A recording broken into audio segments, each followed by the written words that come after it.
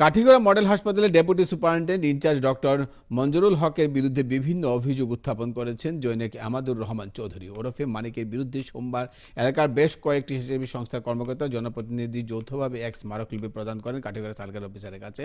তারা আমাদুর রহমান চৌধুরী ওরফে মানিককে দালাল আখ্যায়িত করে অতিশত তার বিরুদ্ধে প্রশাসনের পক্ষ থেকে বিহিত ব্যবস্থা গ্রহণ করার আর্জি জানিয়েছেন। স্মারকপত্র প্রদানকালে উপস্থিত ছিলেন প্রাক্তন পঞ্চায়েত সভাপতি নাজমা বেগম, স্বেচ্ছাসেবী আশিক উদ্দিন চৌধুরী এবং জবাইরুল ইসলাম মজুমদার, প্রাক্তন জিবি সদস্য আব্দুল কাদির সহ আরো অন্যান্য অনেকে।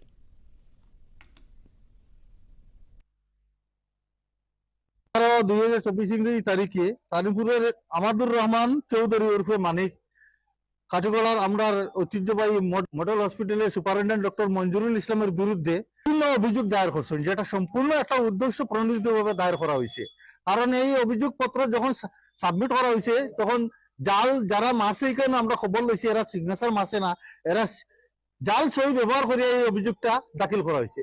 তার পরিপ্রেক্ষিতে হইল এই অভিযোগটা সম্পূর্ণ ভিত্তিহীন। কারণ এই মডেল হসপিটালের জন্মলগ্ন থেকে ডক্টর মঞ্জুরুল ইসলাম এখানে আসেন, তাকায় আমরা বৃহত্তর এলাকার আমরা এখানে হসপিটালের নিয়ার অ্যাবাউট 100 মিটারের মধ্যে আমরা বাসা। আমরা জানতে পারি ডক্টর মঞ্জুরুল হক ডক্টর কিরকমের মানুষ। আজকে তান প্রচেষ্টায় এই মডেল হসপিটালটা গড়িয়ে উঠছে, তান প্রচেষ্টা এখানে সোনোগ্রাফি ইউনিট আছে, তান প্রচেষ্টা এখানে এক্স রে ল্যাবরেটরি ইউনিট আছে, তান প্রচেষ্টা এখানে বর্তমানে সবচেয়ে একটা গুরুত্বপূর্ণ কিডনি ডায়ালিসিস সেন্টার, যেটা আমাদের সম্পূর্ণ কাঠিগড়ার মাঝে একমাত্র মডেল হসপিটাল আইছে। আজকে কিডনি ডায়ালিসিসের লাগে হয় গুয়াহাটি দিতে লাগে, না হইলে শিলচর মেডিকেল কলেজ, তারপরে এটা কস্টলি।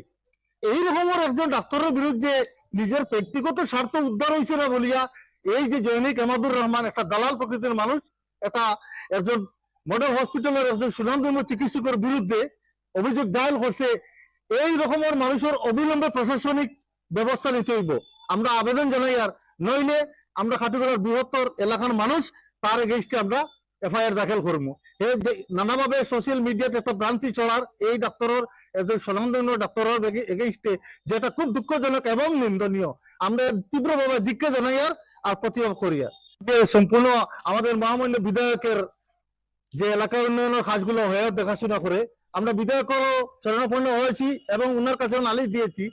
আর বিশেষ করে বিধায়ক তো আমাদের এই মডেল হসপিটাল ম্যানেজমেন্ট কমিটির সভাপতি হিসাবে তার কাছে আমরা দাবি রাখি। আর এরকম রকমের মানুষ যদি তাই প্রশ্রয় দেন, তাহলে তার যে কতটা গ্রহণযোগ্যতা সমাজের মধ্যে থাকবো এটা প্রশ্ন চিহ্ন হয়ে দাঁড়াইছে।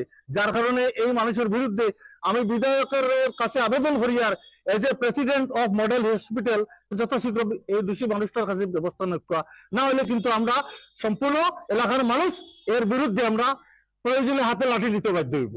আজকে আমরা মেমোরেন্ডাম সাবমিট করছি, এটার পরিপ্রেক্ষিতে সার্কেল অফিসারের উদ্দেশ্য করিয়া আছেন জৈনিক আমাদুর রহমান চৌধুরী ওরফে মানিকের বিরুদ্ধে আইনবিহিত ব্যবস্থা নিতা পূর্ণাঙ্গ তদন্ত করিয়া। ডক্টর মঞ্জুরুল হক আন ব্যাপারে গত কয়েকদিন আগে একটা দুষ্ট চক্রের যে মিডিয়া প্রচার করেছে, এটা তার স্বার্থর ব্যাপারে করছে। আমরা যতটুকু পর্যন্ত খবর লইয়া দেখলাম, জালিয়াতি সিগনেচার লইয়া যে ভদ্র মহিলার নিচে এ প্রকাশ করছে যে তার দস্তখত নাই। আর এই যে ডক্টর আমরা মেহনতি মানুষের, গ্রামের গঞ্জের যত গরিব সাধারণ মানুষ, আমরার মতো সাধারণ মানুষ সবই তার সাহায্য আমরা পাই। আর তাই যেন একজন মানুষ সব সময় দরদে আছে, যেদিকে আমরা এটা প্লাড এরিয়া তো কোনো সময় এমন রাত্রে আমরা 11-12টায় আইলেও তার দিয়ে আমরা পাই, আর সব সময় তাই আমরা সহযোগিতা পাই। ডক্টর যে এইসব জিনিস যে চক্র করছে, তারা একটা শাস্তির আওতায় আনা হোক। তার নাম হইলো ইবাদুর রহমান চৌধুরী ওরফে মানিক।